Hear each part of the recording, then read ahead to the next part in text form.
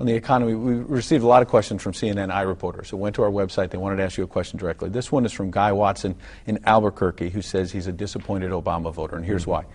He asks, why have you chosen to give our tax money to the banks without holding them responsible or forcing them to lower their rates for startups and to facilitate refinancing of foreclosed homes? You hear that a lot. I do. I think it's important to understand, first of all, that the so-called bank bailout started before we came in.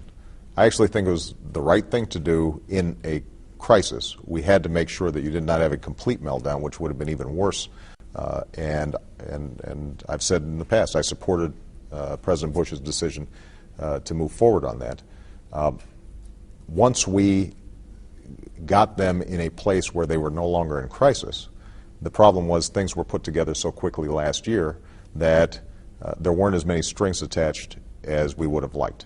And so what we've tried to do is to create some structures after the fact that would impose more accountability, more discipline. The most obvious example would be the rules on executive pay. But it's always hard to do, particularly when a lot of these banks now got well and then just paid the money back. And so we now no longer have leverage. This is why I think it's so important moving forward to make sure that we've got a financial regulatory framework that protects consumers, makes sure that they're not getting gouged, makes sure that there's a lot of clarity in terms of mortgages that they're getting.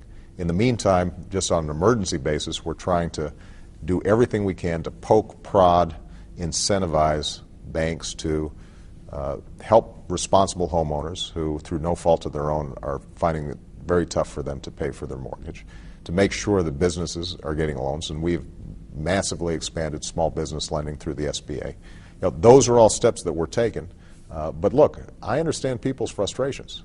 I mean, the American people have gone through a very tough year. And my job as president is to help navigate through this tough year. People who don't have a job right now, people who have lost their home, I'd be mad too. And they expect me to do something about it. My job is to, within the institutional constraints that I have and the resource constraints that we have, because we also inherited a structural deficit of several $1 trillion, to try to make the best decisions possible to help as many people as possible.